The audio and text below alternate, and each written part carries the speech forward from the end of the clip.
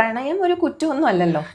അപ്പം അതുകൊണ്ട് നമുക്ക് അവരെ ഷെയിം ചെയ്യാനൊന്നും പറ്റില്ല. ഒരു രക്ഷിതാവ് കുട്ടിയുടെ കൂടെ ടൈം സ്പെൻഡ് ചെയ്യുന്നതും എത്ര ഇമോഷണലി അവർ കണക്റ്റഡ് ആണെന്നുള്ളതനുസരിച്ച് നമുക്ക് കുട്ടിയുടെ വൈബ് ഡെഫിനറ്റ്ലി ഒരു രക്ഷിതാവിന് കിട്ടിയിട്ടുണ്ടാവും. ഇപ്പം ടാൻഡ്രംസ് ആണ്, അല്ലെങ്കിൽ ദേഷ്യപ്പെടുവാണ്, സങ്കടപ്പെടുവാണ്, ഫിസിക്കൽ ടച്ച് ഇഷ്ടമുള്ള കുട്ടികളാണെങ്കിൽ ഒന്ന് ചേർത്ത് പിടിച്ചാൽ ചിലപ്പോൾ ശരിയാവും. ഫിസിക്കലി ചിലപ്പോൾ വാശി പിടിക്കുന്ന സമയത്ത് കുട്ടിക്ക് ടച്ച് ഇഷ്ടമില്ലെങ്കിൽ നമ്മൾ ടച്ച് ചെയ്യാൻ പോകരുത്. രക്ഷിതാവ് അതിന് നോ പറയുന്നുണ്ടെങ്കിൽ അതെന്തുകൊണ്ട് നോ പറയുന്നു എന്നുള്ളത് നമുക്ക് പറയാം. പാരന്റ് ഇപ്പോൾ ഒരു കാര്യത്തിൽ ഇടപെട്ടിട്ട് ഇത് ചെയ്യണ്ട അല്ലെങ്കിൽ അത് വേണ്ട എന്ന് പറയുന്ന സമയത്ത് ഗ്രാൻഡ് പാരന്റ് പോയിട്ട് അത് ചെയ്തോ, നീ ചെയ്തോ എന്ന് പറയുന്നത് തെറ്റാണ്. അൺപാക്ക് ആൻഡ് കണക്റ്റിൽ ഇന്ന് നമ്മളോടൊപ്പം ഉള്ളത് സൈക്കോളജിസ്റ്റ് അനു സൂരജാണ്. നമസ്കാരം. നമസ്കാരം. ചെറുപ്പം തൊട്ട് കുട്ടികൾ അവരുടെ വാശിയും ദേഷ്യവും ഒക്കെ പ്രകടിപ്പിക്കാറുണ്ട്. അത് കരച്ചിലൂടെയാണ്. നമ്മൾ കരച്ചിലിനെ മാതാപിതാക്കൾ അംഗീകരിച്ചു കൊടുക്കും, പിന്നീട് കുട്ടികൾക്ക് ഇതൊരു ശീലമായി മാറും. ഇതിനെക്കുറിച്ച് ഒന്ന് ആദ്യം വിശദീകരിക്കാമോ? നമ്മളിപ്പോൾ കുഞ്ഞു കുട്ടികളെയാണ് ഉദ്ദേശിക്കണമെങ്കിൽ, അതായത് വളരെ ചെറിയ കുട്ടികളാവുമ്പോഴത്തേക്കും ഇവരുടെ എന്ന് പറഞ്ഞാൽ ലാംഗ്വേജും അല്ലെങ്കിൽ കമ്മ്യൂണിക്കേഷൻ സ്കിൽസും അത്ര ഡെവലപ്ഡ് ആയിട്ടില്ലല്ലോ. അപ്പോൾ ചില കുട്ടികൾക്ക് സംസാരത്തിലൂടെ അത് അവരുടെ നീഡ്സ് അല്ലെങ്കിൽ അവർക്ക് എന്താണ് വേണ്ടേ, അവരുടെ ബുദ്ധിമുട്ടുകളൊക്കെ എക്സ്പ്രസ് ചെയ്യാനുള്ളൊരു വിഷമം കാണും. അപ്പോൾ അത് എന്താ പറയുക, മാനിഫെസ്റ്റ് ചെയ്ത് വരുന്നത് ഒരു കരച്ചിലൂടെയോ അല്ലെങ്കിൽ ഒരു വാശിയിലൂടെയോ ഒരു ദേഷ്യത്തിലൂടെ ഒക്കെ ആയിരിക്കും. അപ്പോൾ ദേഷ്യം എന്ന് പറഞ്ഞു വരുമ്പോൾ എപ്പോഴും നമ്മൾ സൈക്കോളജിയിൽ അതിനെ സെക്കൻഡറി ഇമോഷൻ ആയിട്ടാണ് കരുതുന്നത്. കുറച്ചും കൂടി വൾണറബിൾ ആയിട്ടുള്ള ഫീലിങ്സ് ഉള്ളിലുണ്ടാവും. അതായത് ഇപ്പോൾ ഒരു ഷെയിം അല്ലെങ്കിൽ ഭയങ്കരമായിട്ടുള്ള സങ്കടം അല്ലെങ്കിൽ ഹോപ്പ്ലെസ് ആയിട്ടുള്ള ഒരു ഫീലിംഗ് അങ്ങനെയൊക്കെ ഉള്ളിൽ ഡീപ്പായിട്ട് ഉണ്ടാവും. പക്ഷെ അതിനെ മാസ്ക് ചെയ്തിട്ടാണ് ഈ ആങ്കർ നമ്മൾ കാണുന്നത്. കാരണം കുട്ടി റിയാക്ട് ചെയ്യുന്നത് ദേഷ്യത്തിലൂടെ അല്ലെങ്കിൽ കരച്ചിലൂടെയോ ഒക്കെ ആയിരിക്കും. അപ്പോൾ അത് സെക്കൻഡറി ആയിട്ടാണ് നമ്മൾ കൺസിഡർ ചെയ്യുന്നത്. അതിൻ്റെ ഉള്ളിലുള്ള കാര്യങ്ങൾ നമ്മൾ കൂടുതലായിട്ട് നോക്കേണ്ടതുണ്ട്. ഇനിയൊരു മിഡിൽ ഏജ് കുട്ടികളോ അല്ലെങ്കിൽ ഇപ്പോൾ ടീൻസ് ആണെങ്കിൽ അതിൻ്റേതായ വേറെ കാരണങ്ങൾ, ഡെവലപ്മെൻ്റൽ ആയിട്ടുള്ള കാര്യങ്ങളും അല്ലെങ്കിൽ പ്യൂബേർട്ടി ആയിട്ടുള്ള കാര്യങ്ങൾ, റിലേറ്റഡ് ആയിട്ടുള്ള കാര്യങ്ങൾ ഉണ്ടാവാം. അതിലേക്ക് വരുന്നതിന് മുന്നേ തന്നെ മാതാപിതാക്കൾക്ക് പലപ്പോഴും കുട്ടികളുടെ ദേഷ്യം കൺട്രോൾ ചെയ്യാൻ അല്ലെങ്കിൽ കൈകാര്യം ചെയ്യാൻ പറ്റാതെ വരാറുണ്ട്. എന്തൊക്കെയാണ് ഇതിൻ്റെ കാരണങ്ങൾ? പലപ്പോഴും ഇപ്പോൾ ഞാൻ നേരത്തെ പറഞ്ഞ പോലെ തന്നെ കുട്ടികളുടെ നീഡ്സ് ഇപ്പോൾ അൺമെറ്റ് ആണ്. അതായത് ഇപ്പം കുട്ടിക്ക് ഇപ്പം കഴിക്കണം, വിശക്കുന്നുണ്ട്, അപ്പോൾ കുട്ടിക്ക് അത് കറക്റ്റായിട്ട് പറയാൻ പറ്റുന്നില്ല, അല്ലെങ്കിൽ കുട്ടിയുടെ ലാംഗ്വേജ് അത്രയും ഡെവലപ്ഡ് ആയിട്ടില്ല, തീരെ കുഞ്ഞു കുട്ടികളുടെ കാര്യമാണ് ഇപ്പോൾ പറയുന്നത്. അപ്പോൾ അങ്ങനെ വരുമ്പം ഇത് കറക്റ്റായിട്ട് പ്രകടിപ്പിക്കാനോ അല്ലെങ്കിൽ പറഞ്ഞ് മനസ്സിലാക്കാനോ പറ്റാതെ വരുമ്പോൾ കുട്ടി ചിലപ്പം കരഞ്ഞെന്ന് വരും, അല്ലെങ്കിൽ ഇപ്പോൾ ദേഷ്യപ്പെട്ടെന്ന് വരും. അങ്ങനെയുള്ള റിയാക്ഷൻസ് ഭയങ്കര കോമൺ ആയിട്ട് വരും. അപ്പോൾ കുറച്ചും കൂടി മുതിർന്ന കുട്ടികളാകുമ്പോഴത്തേക്കും വൊക്കാബുലറി ഉണ്ടാവും. അതായത് കുറച്ച് കാര്യങ്ങളൊക്കെ അവർ പറയുന്നുണ്ടാവും അല്ലെങ്കിൽ കമ്മ്യൂണിക്കേറ്റ് ചെയ്യുന്നുണ്ടാവും, പക്ഷെ ചിലപ്പോൾ അവർ റൈറ്റ് വേർഡ്സ് അല്ലായിരിക്കും അവർ ഉപയോഗിക്കുന്നത്. ഇപ്പോഴത്തെ കാലത്ത് ഇപ്പോൾ കുട്ടികൾ ഒരുപാട് കണ്ടന്റ് എക്സ്പോസ്ഡ് ആയതുകൊണ്ട് കുട്ടികളിപ്പോൾ ഡിപ്രസ്ഡ് എന്നുള്ള വാക്കുകളൊക്കെ ഉപയോഗിക്കുന്നുണ്ട്. കുട്ടിയെ ആക്ച്വലി ഉദ്ദേശിക്കുന്നത് കുട്ടിക്ക് സങ്കടമുണ്ട്, എനിക്ക് സങ്കടമുണ്ടെന്നുള്ളൊരു സിമ്പിൾ സാധനമായിരിക്കും.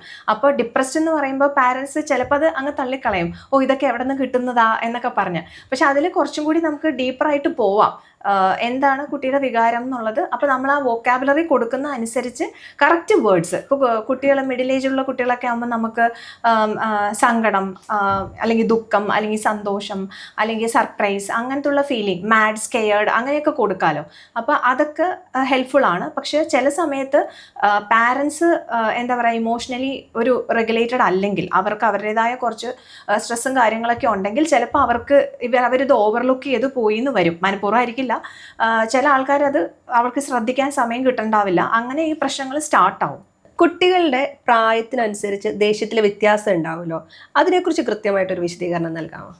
കുട്ടികൾ വലുതാവും തോറും ഞാൻ നേരത്തെ പറയാനുള്ള വൊക്കാബുലറി കൂടുതൽ വരുന്നുണ്ട്, അല്ലെങ്കിൽ അവർക്കിപ്പം പറയാൻ പറ്റുന്നുണ്ട്, എക്സ്പ്രസ് ചെയ്യാൻ പറ്റുന്നുണ്ട് കറക്റ്റായിട്ട്. അതായത് ഇപ്പം ഇരുന്ന സംസാരത്തിലൂടെ, അല്ലെങ്കിൽ ഇപ്പം എനിക്കിപ്പോൾ വിശക്കുന്നു, അല്ലെങ്കിൽ എനിക്ക് ദേഷ്യം വരുന്നു, ഞാനിപ്പോൾ ഹാപ്പി അല്ല എന്നൊക്കെയുള്ള കാര്യങ്ങൾ കുട്ടികൾ പറഞ്ഞു തുടങ്ങുമ്പോഴത്തേക്കും അത് ഈസി ആയിരിക്കും. കുറച്ചും കൂടി രക്ഷിതാക്കൾക്കും കുട്ടികൾക്കും അത് ഈസിയാണ്. കാരണം കുട്ടിയെ അവർക്ക് മനസ്സിലാക്കാൻ പറ്റുന്നു.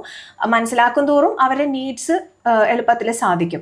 പിന്നെ ചില കുട്ടികൾ വളർന്നു വരുംതോറും അവരുടെ ആ ഒരു emotional they grow out of it നമ്മൾ പറയുമല്ലോ, അവരതിന് വളർന്ന് അങ്ങ് മെച്യൂറായി കുറച്ചും കൂടി അവർ എമോഷണലി അത് ഡെവലപ്പ് എങ്ങനെ അവരുടെ വികാരങ്ങൾ നിയന്ത്രിക്കാനും മാനേജ് ചെയ്ത് കൊണ്ടുപോകാനും അവർ പാകപ്പെട്ട് വരുന്നു. അപ്പോൾ പിന്നെ സിറ്റുവേഷൻസ് കുറച്ചും കൂടി ഹാൻഡിൽ ചെയ്യാൻ എളുപ്പം ഉണ്ടാവും. പിന്നെ നമ്മളത് എല്ലാ കുട്ടികളും അതിൽ നിന്ന് അങ്ങനെ ഗ്രോ ഔട്ട് ചെയ്ത് വരുമോ എന്ന് ചോദിച്ചാൽ അത് ഉണ്ടാവില്ല.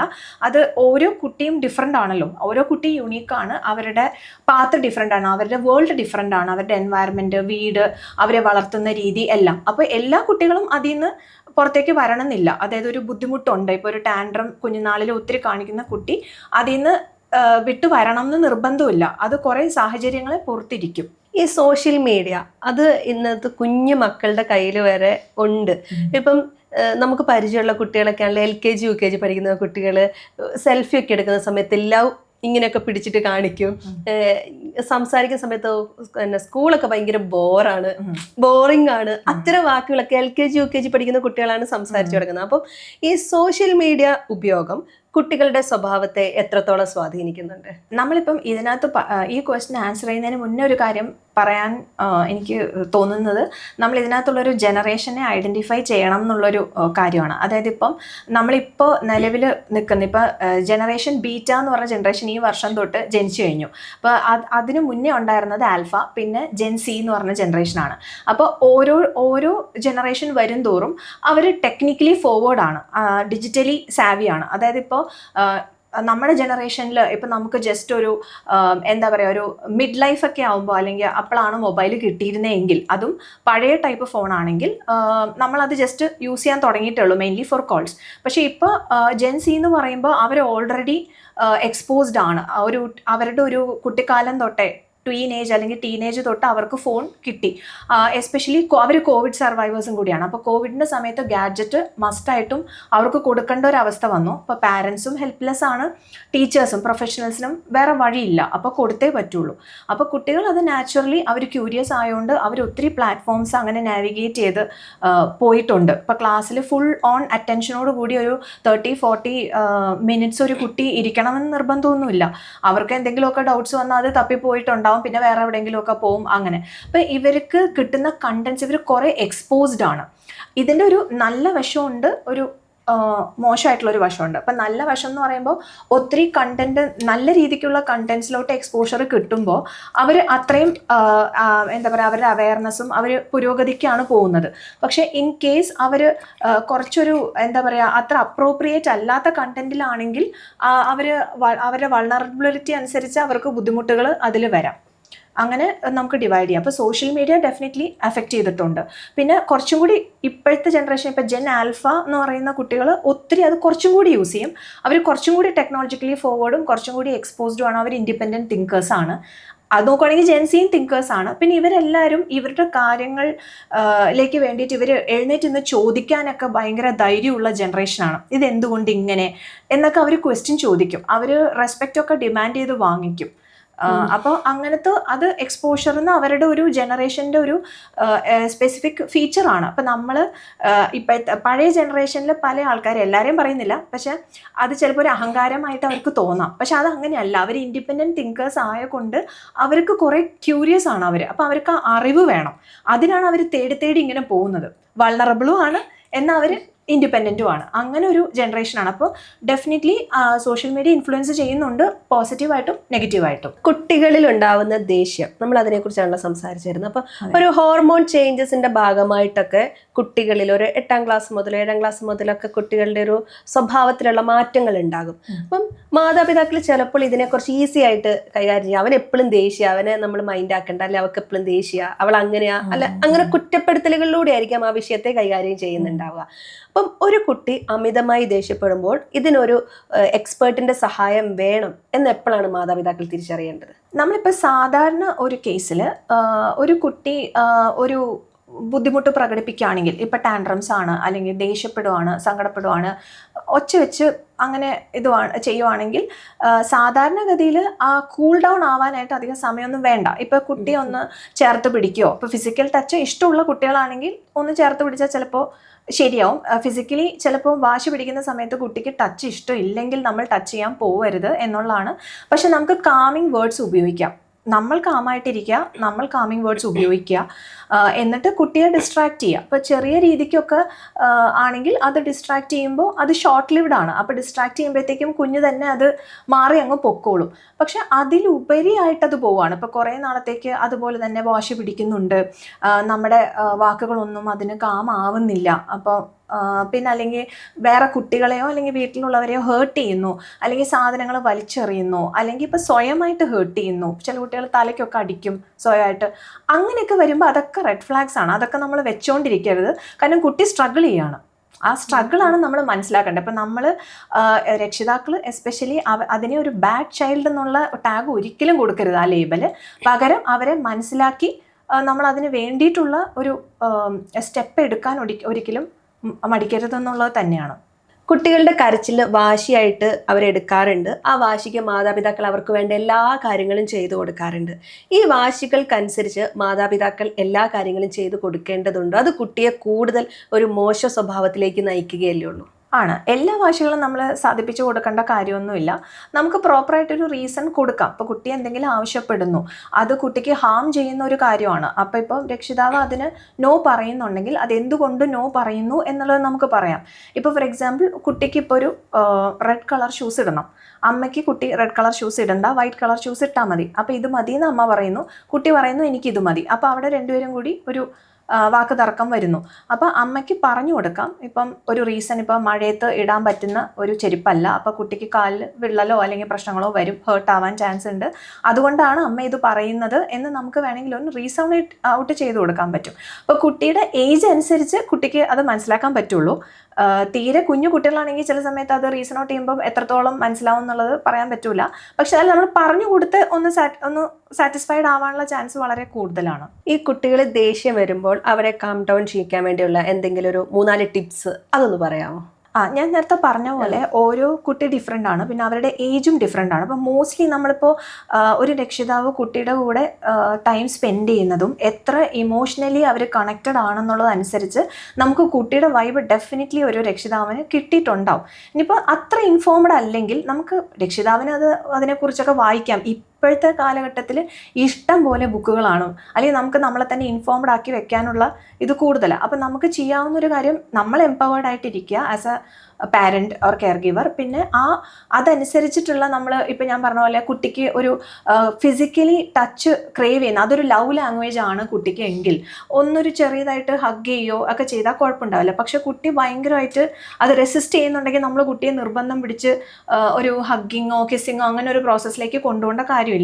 അപ്പം നമ്മൾ ആ ടാൻഡ്രം ചെറുതായിട്ടൊന്ന് കുട്ടിക്ക് ഇഷ്ടമുള്ള കാര്യങ്ങൾ വെച്ച് ഡിസ്ട്രാക്ട് ചെയ്യുക, അല്ലെങ്കിൽ കംഫർട്ടിംഗ് ആയിട്ടുള്ള വേർഡ്സ് ഫസ്റ്റ് കൊടുക്കുക. മോനിപ്പോൾ ബുദ്ധിമുട്ടുണ്ടല്ലേ, അമ്മ കൂടെ ഉണ്ട് കേട്ടോ, അമ്മ ഇവിടെ തന്നെയുണ്ട് എന്നുള്ളൊരു വാക്ക് മതിയാവും ചിലപ്പോൾ. I am there with you എന്നുള്ളൊരു സാധനം.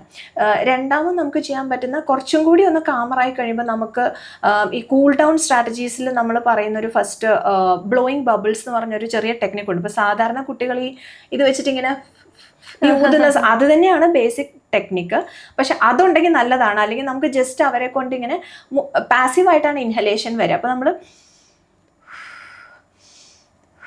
ഇങ്ങനെ കുട്ടികളെ കൊണ്ട് അതിന് ബബിൾ ബ്ലോയിങ് എന്നാണ് അതിന് പറയുന്നത്. അങ്ങനത്തെ ഉള്ള സ്ട്രാറ്റജി കൊടുക്കാം.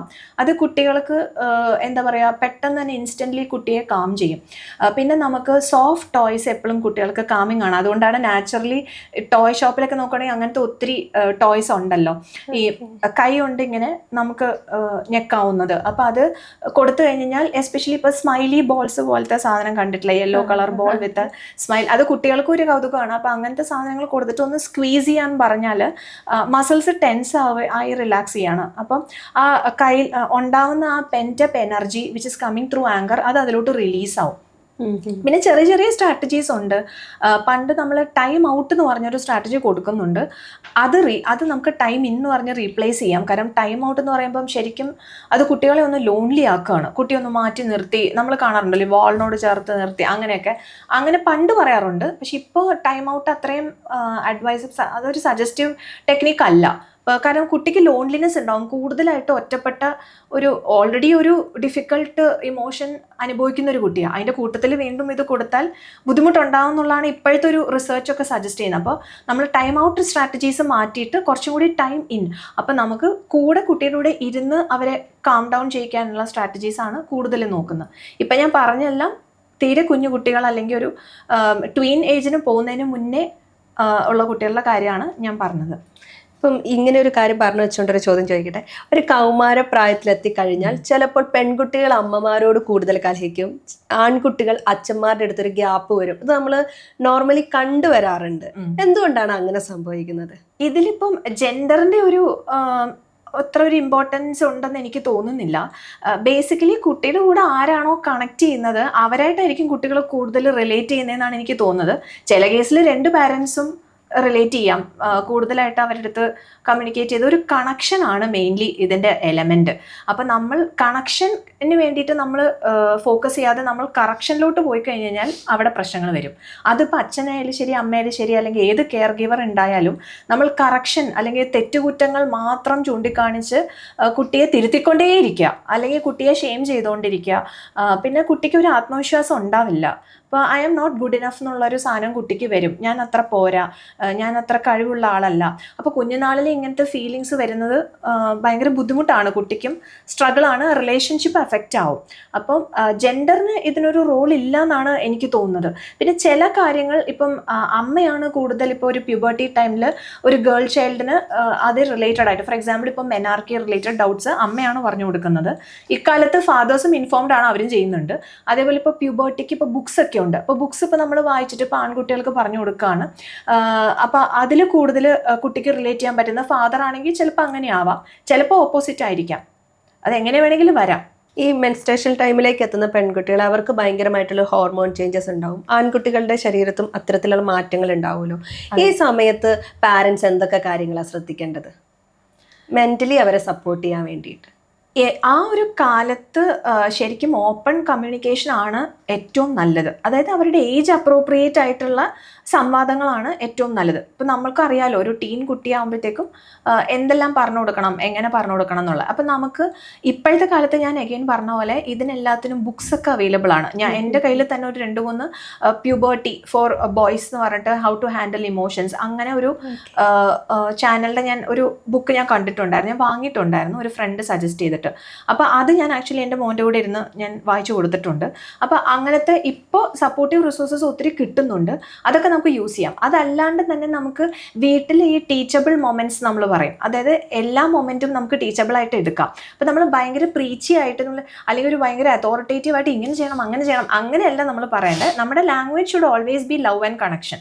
അപ്പോൾ നമ്മൾ കൂടുതലായിട്ട് ദേ കണ്ടോ എൻ്റെ ബോഡിയിൽ ഇങ്ങനത്തെ ഒരു ചേഞ്ച് വരുന്നത് ഇന്നൊരു കാരണം കൊണ്ടാണ്, ഈ ഒരു ഏജിൽ നിങ്ങൾക്ക് ഇങ്ങനത്തെയൊക്കെ ചേഞ്ചസ് വരും, അപ്പം നിനക്ക് ബുദ്ധിമുട്ട് വരുന്നുണ്ടെങ്കിൽ നീ അത് പറയണം എന്നുള്ള കോൺവെർസേഷൻസ് എപ്പോഴും നമുക്ക് ചെയ്യാവുന്നതാണ് വീട്ടിൽ. അപ്പോൾ അത് നമുക്ക് കുറച്ചുകൂടി ഓപ്പൺ കമ്മ്യൂണിക്കേഷൻ ഉണ്ടെങ്കിൽ, അതായത് നമ്മളിപ്പോൾ കുട്ടിക്ക് ഒരു സേഫ് സ്പേസ് കൊടുക്കുകയാണ്, അവർക്കെല്ലാം ഇമോഷണലി എക്സ്പ്രസ് ചെയ്യണം എന്നുള്ള. ഇതിനകത്ത് പറഞ്ഞു വരുമ്പോൾ ഒരു കാര്യമുണ്ട്, മിക്ക ആൾക്കാർ ഈ സേഫ് സ്പേസ് എന്ന് പറയുമ്പോൾ അവർ ഉദ്ദേശിക്കുന്നത് ഫിസിക്കൽ സേഫ്റ്റി അല്ലെങ്കിൽ സെക്ഷുവൽ സേഫ്റ്റിയാണ്. പക്ഷെ അല്ല, ഇമോഷണൽ സേഫ്റ്റി ഭയങ്കര ഇമ്പോർട്ടൻ്റ് ആണ് നമുക്ക്. കാരണം എനിക്കിപ്പം ദേഷ്യം വരുന്നുണ്ട് അല്ലെങ്കിൽ എനിക്ക് സങ്കടമാണ്, എനിക്ക് എൻ്റെ പാരൻസിൻ്റെ അടുത്ത് ഇമോഷണലി എക്സ്പ്രസ് ചെയ്യാൻ പറ്റുന്നില്ലെങ്കിൽ അത് ബുദ്ധിമുട്ടാണ്.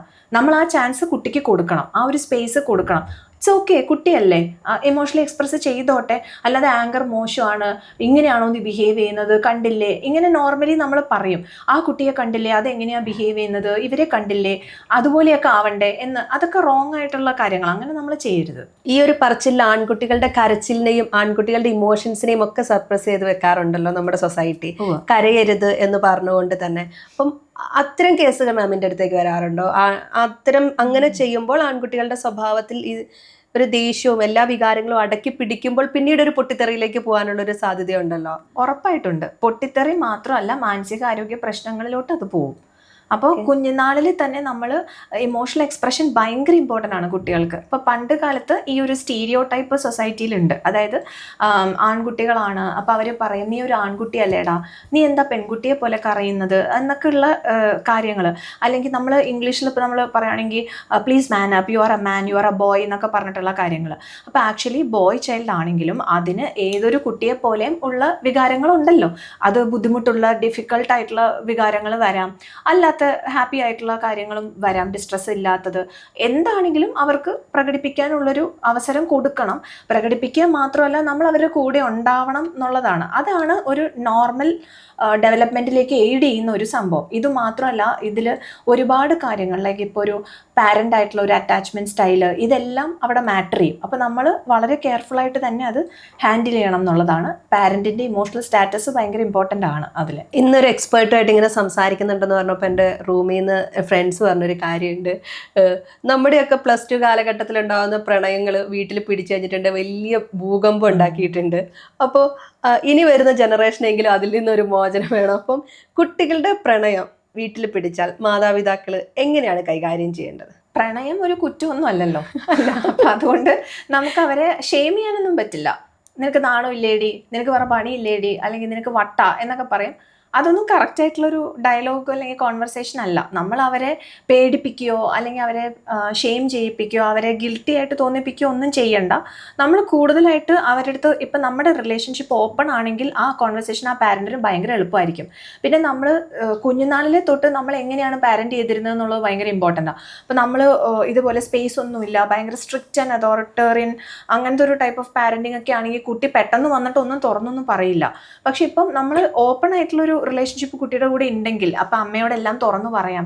അമ്മ എന്നെ തെറ്റിദ്ധരിക്കില്ല, അല്ലെങ്കിൽ എന്നെ ഷെയിം ചെയ്യില്ല, അല്ലെങ്കിൽ എന്നെ ചീത്ത പറയില്ല എന്നൊക്കെ ഉണ്ടെങ്കിൽ കുട്ടി ഓപ്പൺ ആയിട്ട് തുറന്നു പറയുമല്ലോ. അപ്പോൾ ഈ പെട്ടെന്ന് ഒരു ദിവസം ഒരു ഷോക്കൊക്കെ അവോയ്ഡ് ചെയ്യാം. കാരണം കുട്ടി സമ്മതിക്കുന്നുണ്ട്, നമ്മളത് കേൾക്കുന്നുണ്ട്, ഫ്രണ്ട്ലി ആയിട്ടുള്ള ആൻസേഴ്സ് തന്നെ കൊടുത്തു പോയാൽ മതി. അറ്റ് ദ സെയിം ടൈം അതിനുള്ള എന്തെങ്കിലും ഒരു ബുദ്ധിമുട്ടായിട്ട് പാരന്റിന് തോന്നണ കാര്യങ്ങൾ അത് വാൺ ചെയ്യാം. ലൈക്ക് ഫോർ എക്സാമ്പിൾ, ഇപ്പോൾ ഒരു വളരെ എൽഡർലി ആയിട്ടുള്ള ഒരു പേഴ്സൺ ആണ്, അനോണിമസ് ആയിട്ട് സൈബർ ക്രൈംസ് ഉണ്ടല്ലോ, ഇപ്പോൾ ഒത്തിരി സൈബറിൽ ചാറ്റ് ചെയ്യുന്നു.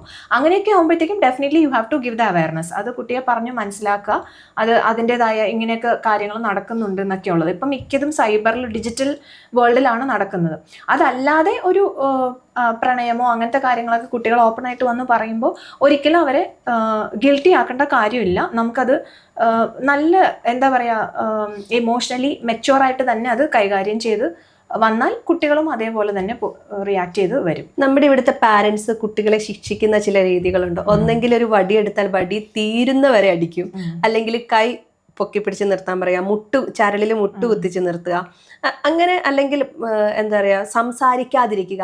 ചിലപ്പോൾ നമ്മുടെ കൂടെയുള്ളവരൊക്കെ പറയുന്നേക്കും, എന്തെങ്കിലും ഒരു മിസ്റ്റേക്ക് ചെയ്താൽ ചിലപ്പോൾ അമ്മ ഫുൾ ടൈം ഇഗ്നോർ ചെയ്യും. അങ്ങനെ ഒരു വ്യക്തി അവിടെ ഉണ്ടെന്ന്, അല്ലെങ്കിൽ വീട്ടിലുള്ളവർ അങ്ങനെ ഒരു വ്യക്തി ഉണ്ട് എന്ന് തോന്നിപ്പിക്കാത്ത രീതിയിൽ അവർ പെരുമാറിക്കളയും, അവർ ഇഗ്നോർ ചെയ്ത് കളയും എന്നുള്ളത്. അപ്പം മാതാപിതാക്കളുടെ ശിക്ഷാ രീതികളുണ്ട്. ഇത്തരം എക്സ്ട്രീം പോയിട്ട് കുട്ടികളെ തിരുത്തേണ്ടതുണ്ടോ? അങ്ങനെയാണോ ശരിക്കും അത് തെറ്റുകൾ തിരുത്തി കൊടുക്കേണ്ടത്? അല്ല, അതിൻ്റെ ആവശ്യമില്ല. ഇപ്പം നമ്മളിപ്പോൾ പറയുന്നതെല്ലാം ഒരു വേ ഓഫ് പണിഷ്മെന്റ് എന്നുള്ള രീതിക്കാണ്. ഇപ്പം ക്രിസ്റ്റീന പറഞ്ഞ എല്ലാം ഒരു പണിഷ്മെന്റ് ആണല്ലോ.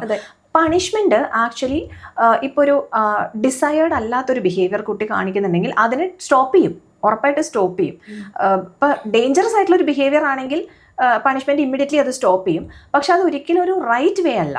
അപ്പം നമ്മൾ ഡിസിപ്ലിൻ ആണ് ഉദ്ദേശിക്കുന്നത് എങ്കിൽ അവരെ ഹേർട്ട് ചെയ്യണം എന്നുള്ളതല്ല നമ്മുടെ ഉദ്ദേശം. നമ്മുടെ ഉദ്ദേശം അവരെ പറഞ്ഞ് മനസ്സിലാക്കി അവരുടെ കൂടെ നിന്ന് ശരിയാക്കി കൊണ്ടുവരിക എന്നുള്ളൊരു സാധനമാണെങ്കിൽ നമ്മൾ അതിൽ എഗെയിൻ ആ കണക്ഷൻ ഫോക്കസ് ചെയ്ത് മാത്രം പോയാൽ മതി. അപ്പം നമ്മളൊരു ഉപയോഗിക്കുന്ന ഒരു വാക്ക് കൺട്രോൾ എന്നുള്ളൊരു സാധനമല്ല, കൺട്രോൾ ആൻഡ് കറക്ഷൻ എന്നുള്ളതല്ല, എഗെയിൻ കണക്ഷൻ എന്നുള്ള സാധനം തന്നെയാണ് നമ്മൾ ഫോക്കസ് ചെയ്യേണ്ടത്. ആ കണക്ഷൻ ഉണ്ടെങ്കിൽ പിന്നെ നമുക്ക് അതിൻ്റെ ഒരു റൈറ്റ് അപ്രോപ്രിയേറ്റ് ആയിട്ടുള്ള രീതിക്ക് തന്നെ പോവാം. ഈ കൺട്രോൾ വരുന്ന കഴിയുമ്പോഴത്തേക്കും കുട്ടികൾ ഒന്നിലെ എന്താ പറയുക, അവർ നമ്മൾ അറിയാതെ കാര്യങ്ങൾ ചെയ്യാൻ തുടങ്ങും. എസ്പെഷ്യലി ടീനേജേഴ്സ് ആണെങ്കിൽ അവർക്ക് അവരുടെ ഹോർമോൺസ് അങ്ങനെയാണ്. അപ്പോൾ അവർ ചിലപ്പോൾ ഒന്ന് റിബൽ ചെയ്തു എന്നൊക്കെ വരും. അപ്പോൾ അത് വീണ്ടും പ്രശ്നങ്ങളിലോട്ടല്ലേ പോകുന്നത്. നമ്മുടെ ഉദ്ദേശം പ്രശ്നങ്ങൾ വഷളാക്കുക എന്നുള്ളതല്ല, സമാധാനപരമായി അത് സോൾവ് ചെയ്യാന്നുള്ളതാണ്. അപ്പോൾ അതിനുള്ള സ്ട്രാറ്റജീസ് എടുക്കുന്നതായിരിക്കും നല്ലത്. ഈ മാതാപിതാക്കളുടെ ദേഷ്യം കുട്ടികളുടെ ദേഷ്യത്തെ എങ്ങനെയാണ് സ്വാധീനിക്കുന്നത്? അതുപോലെ തന്നെ മാതാപിതാക്കൾ ഭയങ്കരമായി ദേഷ്യപ്പെടുന്നവരാണെങ്കിൽ കുട്ടിയോട് ദേഷ്യപ്പെടരുത്, അല്ലെങ്കിൽ ഈ രീതിയിൽ ബിഹേവ് ചെയ്യരുത് എന്ന് പറയാനും പറ്റില്ലല്ലോ. ഇത്തരം കേസുകളൊക്കെ വരുമ്പോൾ അതെങ്ങനെയാണ് കൈകാര്യം ചെയ്യേണ്ടത്? പറയാൻ പറ്റില്ല, ഉറപ്പായിട്ടും പറയാൻ പാടില്ല. ഇപ്പോൾ നമ്മൾ അങ്ങനത്തെ ഒരു കേസിൻ്റെ കാര്യം ഇപ്പോൾ പറയാനാണെങ്കിൽ നമുക്കിപ്പോൾ ഒരു കാര്യം പറയുന്നത്, നമ്മൾ ഡെഫിനറ്റ്ലി ഒരു കുട്ടിയെ കൊണ്ടുവരുമ്പം കുട്ടിയോട് നമ്മൾ സംസാരിക്കും, അല്ലെങ്കിൽ കുട്ടിയുടെ വിഷമങ്ങൾ കേൾക്കും, ആ കാര്യങ്ങൾ നമ്മൾ എന്തായാലും ചെയ്യും. അതിൻ്റെ കൂട്ടത്തിൽ പാരൻസിനോട് ഉറപ്പായിട്ടും ഒരു കോൺവെർസേഷൻ ഉണ്ടാവണം. നമ്മൾ പാരൻസിനെ സൈക്കോ എഡ്യൂക്കേറ്റ് ചെയ്യാൻ ശ്രമിക്കണം എന്തായാലും, അത് മസ്റ്റാണ് ആ പ്രോസസ്സിൽ തന്നെ. ബിക്കോസ് കുട്ടി ഇൻഡിപെൻഡൻ്റ് ആയിട്ടില്ലെങ്കിൽ, ചെറിയ കുട്ടിയാണെങ്കിൽ അല്ലെങ്കിൽ ഇപ്പോൾ ടീനാണെങ്കിലും അത്രയും ഡെവലപ്മെന്റ് ആയിട്ടില്ലല്ലോ. അപ്പോൾ അവരുടെ തന്നെ പ്രീഫ്രണ്ടൽ കോർട്ടെക്സ് ഒന്നും ഡെവലപ്പ് ആയിട്ടില്ല ബ്രെയിൻ്റെ. അപ്പോൾ ഡെഫിനറ്റ്ലി മാതാപിതാക്കളുടെ ഒരു ഇന്റർഫിയറൻസും ഹെൽപ്പും എല്ലാം സപ്പോർട്ടും എല്ലാം കുട്ടിക്ക് വേണം. അപ്പോൾ നമ്മൾ ആദ്യം നമ്മൾ പറഞ്ഞു കൊടുക്കേണ്ടത് തന്നെ അവരുടെ ഇമോഷണൽ മാനേജ്മെന്റ് ആണ്.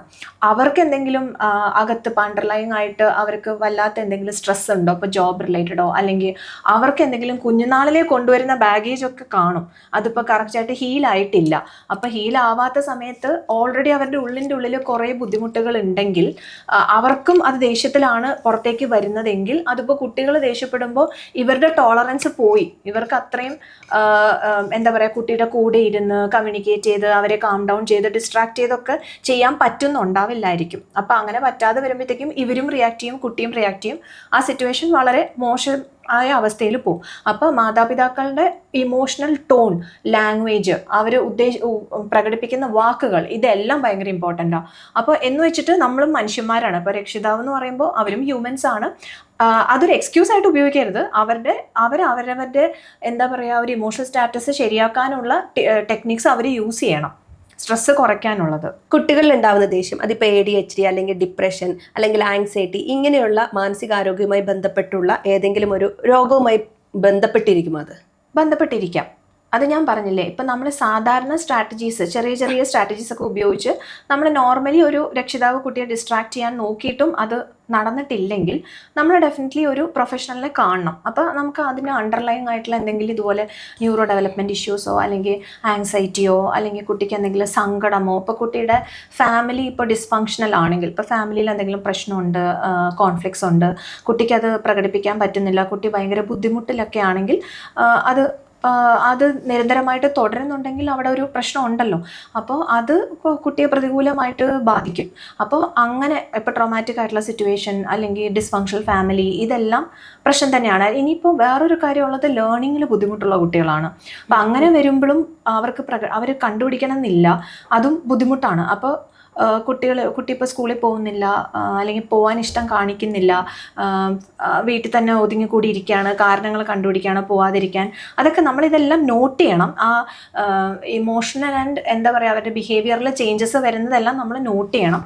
എന്നിട്ട് അണ്ടർലൈങ് ആയിട്ടുള്ള എന്തെങ്കിലും ബുദ്ധിമുട്ടുകൾ, അത് ഈ പറഞ്ഞ മാതിരി ഇപ്പം ഞാൻ പറഞ്ഞ കാരണങ്ങളൊക്കെ ആണെങ്കിൽ നമ്മളത് കുറച്ച് സിവിയർ ആണ്, അപ്പോൾ നമ്മൾ എന്തായാലും അത് കാണിച്ചേ പറ്റുള്ളൂ.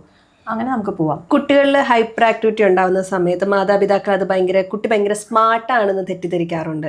അത് ഭയങ്കര ക്രെഡിറ്റ് ആയി പറയുന്ന പാരൻസിനെ അല്ലെങ്കിൽ ഗ്രാൻഡ് പാരൻസിനെ കണ്ടിട്ടുണ്ട്. അപ്പം അത്തരത്തിലുണ്ടാവുന്ന പ്രശ്നങ്ങളെ മാതാപിതാക്കൾ എങ്ങനെയാണ് തിരിച്ചറിയേണ്ടത്?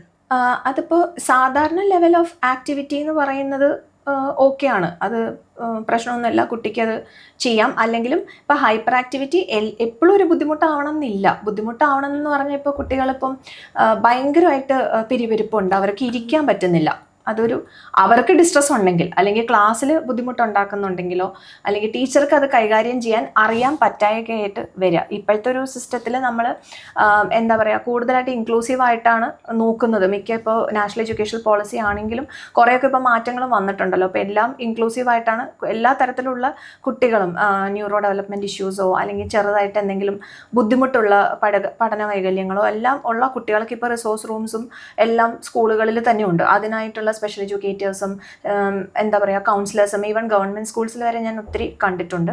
അപ്പോൾ അതെല്ലാം ഹെൽപ്ഫുള്ളാണ്. അപ്പോൾ നമുക്ക് ആസ് സച്ച് എന്താ പറയുക ഭയങ്കര ആയിട്ട് ഹൈപ്പർ ആക്റ്റീവ് ആവുക, ഇമ്പൾസീവ് ആവുക, വേറെ ആളെ ഉപദ്രവിക്കുക, ഹേർട്ട് ചെയ്യുക എന്നൊക്കെ ഉള്ളപ്പം ഡെഫിനറ്റ്ലി കുട്ടിയെ അടിക്കുക അല്ലെങ്കിൽ തല്ലുക എന്നുള്ളൊരു സംഭവമല്ല. നമ്മൾ നോട്ട് ചെയ്ത് വെച്ചിട്ട് നമുക്ക് ആദ്യം മാതാപിതാക്കളെ അറിയിക്കാം.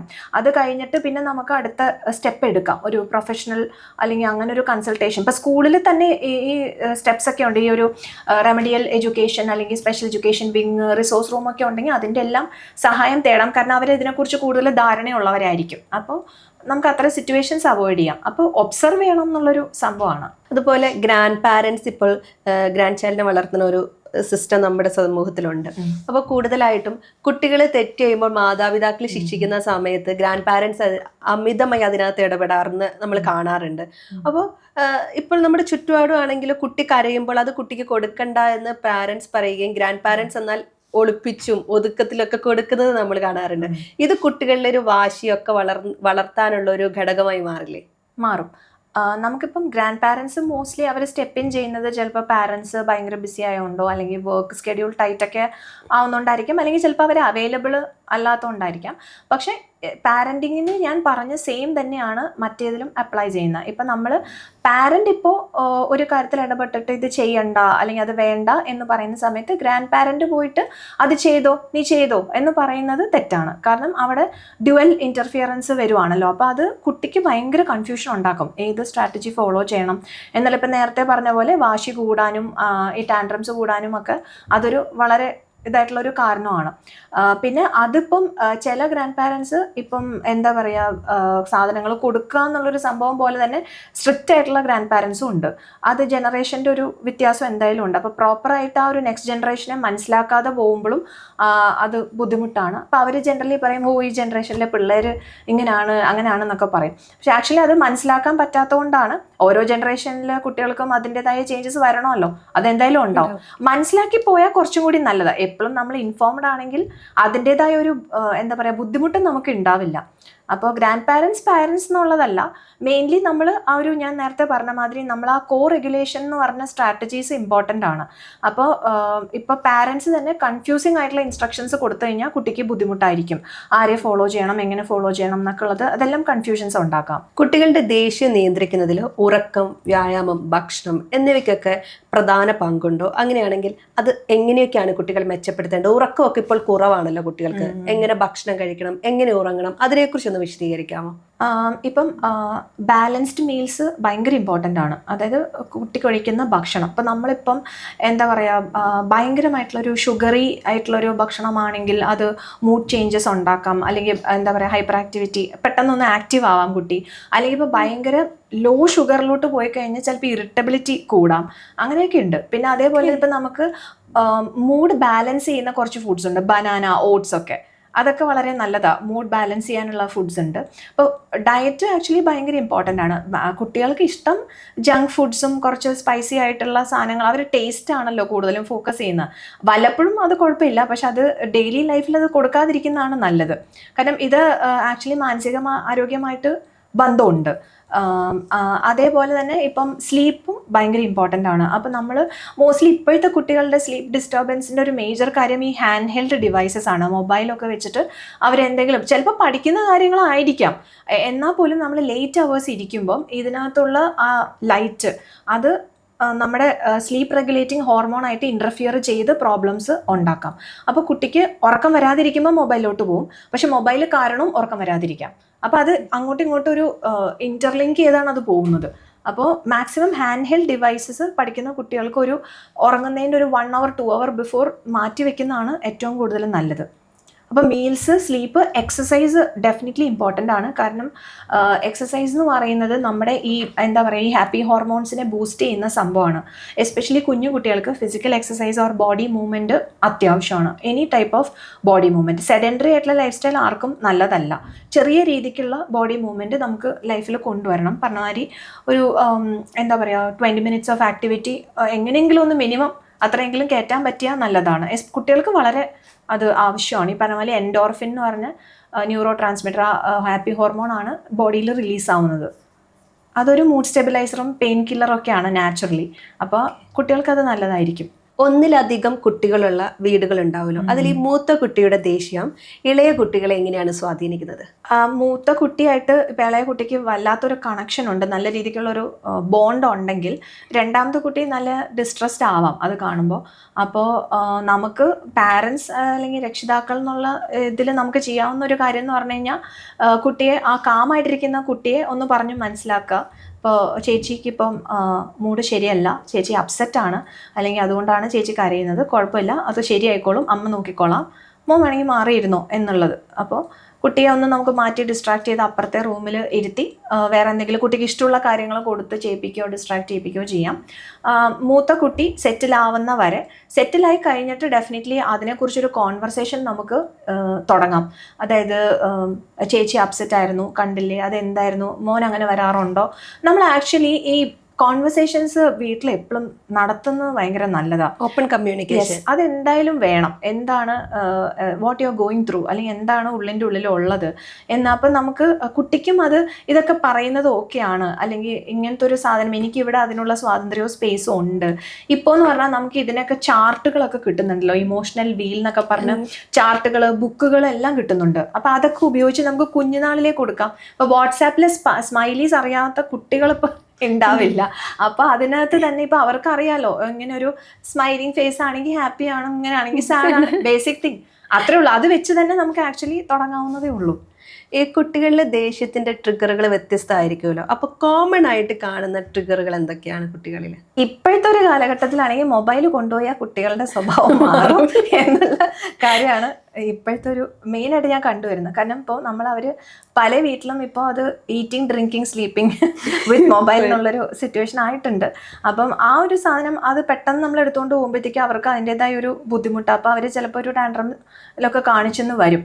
അപ്പോൾ ചില കുട്ടികൾ എക്സ്ട്രീംലി മൂഡി ആയിട്ടും അങ്ങനെയൊക്കെ. അപ്പോൾ അതൊക്കെ ഒരു സൈനാണ്. നമ്മൾ പതുക്കെ അതൊന്ന് കുറച്ച് കൊണ്ടുവരണം എന്നുള്ളത്. പിന്നെ ഓരോ കുട്ടികളുടെ എൻവയറമെൻ്റ് ഒരു കാരണമാണ്. അപ്ബ്രിങ്ങിങ്, പാരൻറ്റിങ് സ്റ്റൈല്, വീട്ടിലുള്ള അന്തരീക്ഷം വളരെ ഇമ്പോർട്ടൻ്റ് ആണ്. അപ്പോൾ കോമൺ ആയിട്ട് നമുക്ക് പറയാൻ പറ്റില്ല. കോമൺ ആയിട്ട് ഇപ്പം ഞാൻ കണ്ടുവരുന്നത് ഗാഡ്ജറ്റ് ആണ്. പിന്നെ മെയിൻലി അവരുടെ നീഡ്സ് മീറ്റ് ചെയ്തിട്ടില്ലെങ്കിൽ, അവരെ കേൾക്കുന്നില്ല, അല്ലെങ്കിൽ അവരെ ക്രിട്ടിസൈസ് ചെയ്യുന്നു, അങ്ങനെയൊക്കെ വരുമ്പം, അല്ലെങ്കിൽ അവരെ കമ്പയർ ചെയ്യുന്നു, ഇതെല്ലാം കോമൺ ആയിട്ട്. ഇത് കൂടുതലും ടീനേജിലാണ് അവർക്ക് കൂടുതലും തോന്നുന്നത്. ഒരു കുട്ടിക്ക് ദേഷ്യം കൂടുതലായി വരുന്നു, അല്ലെങ്കിൽ ഒരു കുട്ടീനെ ഒരു പ്രൊഫഷണലിന്റെ സഹായം തേടേണ്ടതുണ്ട് ആ കുട്ടിക്ക് എന്ന് മാതാപിതാക്കൾ എപ്പോഴാണ് തിരിച്ചറിയേണ്ടത്? പ്രശ്നം എന്ന് പറയുന്ന ഇത് ഒരു ഡെഫിനിഷൻ വ്യത്യാസം ഉണ്ടാവും. കുട്ടി സ്ട്രഗിൾ ചെയ്യായിരിക്കും, അല്ലെങ്കിൽ കുട്ടി ഡിസ്ട്രെസ്സിലായിരിക്കും.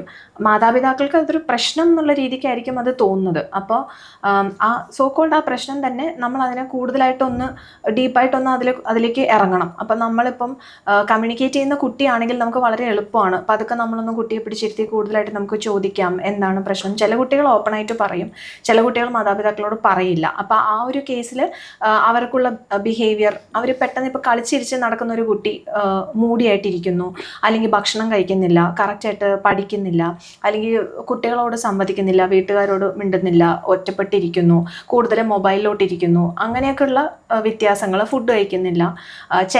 ഈ സാധനങ്ങളൊന്നും ചിലപ്പോൾ പ്രകടമാവണമെന്നില്ല, വേറെ എന്തെങ്കിലുമൊക്കെ ആയിട്ടൊക്കെ വരാം.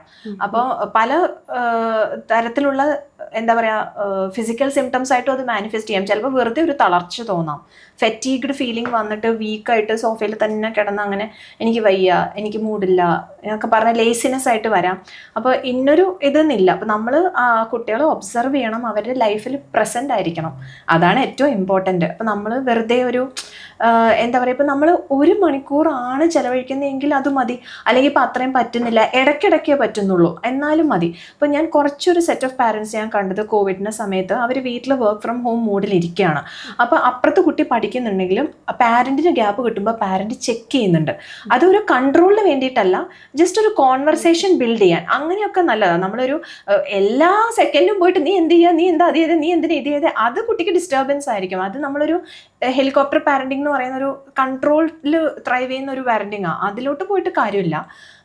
അവർ ഒരു കണക്ഷനാണ് ഉദ്ദേശിക്കുന്നത്. അപ്പോൾ നമ്മൾ ഇടയ്ക്ക് ആ ഒരു കോൺവെർസേഷനിലൂടെ ഇന്ന് നിൻ്റെ ദിവസം എങ്ങനെ ഉണ്ടായിരുന്നു, നിൻ്റെ ഫ്രണ്ട്സ് എന്തൊക്കെ പറഞ്ഞു, അങ്ങനെ അത് ആയിരിക്കണം. അതിങ്ങനെ ഒരു പോലീസുകാരൊക്കെ ക്വസ്റ്റ്യൻ ചെയ്യുന്ന പോലെ അങ്ങനത്തെ ഒരു ക്വസ്റ്റ്യൻ മോഡ് ആയിരിക്കരുത്. എന്താ പറയുക, ഒരു ഈസി ഗോയിങ് കോൺവെർസേഷനിലൂടെ നമുക്ക് ഇത് ചെയ്യാം. അവസാനമായിട്ട് ഒരു ക്വസ്റ്റ്യനും കൂടെ, ഈ കുട്ടികളിൽ കാണുന്ന വെർച്വൽ ഓട്ടിസം, അതിനെ എങ്ങനെയാണ് മാതാപിതാക്കൾ കൈകാര്യം ചെയ്യേണ്ടത്? ആക്ച്വലി ഈ ടേം ഒരു ഭയങ്കര കോൺട്രവേഴ്ഷ്യൽ ടേമാണ്. ഇതിനു മുന്നേ തന്നെ ഈ ടേം ഒരു റേഡിയോയിൽ വന്നിട്ട് കുറേ ആക്ടിവിസ്റ്റ് ആയിട്ടുള്ള, അല്ലെങ്കിൽ കുറച്ച് എന്താ പറയുക, ഇതിനുവേണ്ടി പ്രൊആക്റ്റീവായിട്ട് പ്രവർത്തിക്കുന്ന ലേഡീസ് അവർ ഈ റേഡിയോയിൽ ഈ ഒരു ചോദ്യം എന്തുകൊണ്ട് ഈ വാക്ക് ഉപയോഗിച്ചു എന്ന് പറഞ്ഞ് ചോദിച്ചിട്ടുണ്ട്. അപ്പം ഞാനത് കഴിഞ്ഞ ഇൻ്റർവ്യൂവിന് പോയപ്പോൾ ഇതിനെക്കുറിച്ച് ഒരു കോൺവെർസേഷൻ ഉണ്ടായിട്ടുണ്ട്. കുഴപ്പമില്ല, പക്ഷെ വെർച്വൽ ഓട്ടിസം എന്ന് പറയുന്ന ആ ഒരു വാക്ക് ആസ് സച്ച് നമ്മുടെ മാനുവലിൽ ഒന്നും ഇല്ല. പക്ഷെ ഇത് ഇപ്പൊ കോയിൻ ചെയ്തിട്ടുണ്ട്. ഞാനിതിപ്പോ ന്യൂസ് പേപ്പറിലും പലയിടത്തും ഇത് ആൾക്കാർ ഉപയോഗിക്കുന്ന കാണുന്നുണ്ട്. എക്സ്പേർട്ടുകൾ ആ വാക്ക് ഉപയോഗിക്കുന്നത് കേട്ടിട്ടുണ്ട്. അല്ല, അതാ ഞാൻ പറഞ്ഞത്, ഇപ്പൊ ആ വാക്ക് കോമൺ ആയിട്ട് ഉപയോഗിക്കുന്നുണ്ട്. അത് എനിക്ക് തോന്നുന്നു ഇതിനെ കുറിച്ച് ഇപ്പം എന്താ പറയാ, ഒരു റീഹാബിലിറ്റേഷൻ സൈക്കോളജി ഡിപ്പാർട്ട്മെന്റിലുള്ള ആൾക്കാരായിരിക്കും കൂടുതൽ ഇതിനെക്കുറിച്ച് ഒന്ന് പറയാനായിട്ടുള്ള ഒരു എക്സ്പെർട്ടൈസ് ഉള്ളത്. അപ്പോൾ എനിക്ക് ഇത്രയും പറയാം, അത് as of now I don't think അതൊരു മാനുവലിലൊന്നും വന്നിട്ടില്ല. പക്ഷെ അതിപ്പോ കൂടുതലായിട്ട് ആൾക്കാർ ഉപയോഗിച്ച് വരുന്ന ഒരു ടേമാ. അൺപാക്ക് ആൻഡ് കണക്റ്റിൽ ഇന്ന് നമ്മളോടൊപ്പം ഉണ്ടായിരുന്ന സൈക്കോളജിസ്റ്റ് അനു സൂരജ് ആയിരുന്നു. കുട്ടികളിലുണ്ടാകുന്ന ദേഷ്യം, വാശി, അവരുടെ ഒരു വികാര പ്രകടനങ്ങളെ കുറിച്ചൊക്കെ ആയിരുന്നു നമ്മൾ ഇന്ന് സംസാരിച്ചത്. മാം അതിനൊക്കെ കൃത്യമായ ഉത്തരങ്ങളൊക്കെ നൽകിയിട്ടുണ്ട്. ഇത് പ്രേക്ഷകർക്ക് വളരെ ഉപകാരപ്രദമാകും എന്ന് വിശ്വസിക്കുന്നു. ഇത്രയും സമയം നമ്മളുടെ കൂടെ ചെലവഴിച്ചതിന് വളരെയധികം നന്ദി. നമസ്കാരം.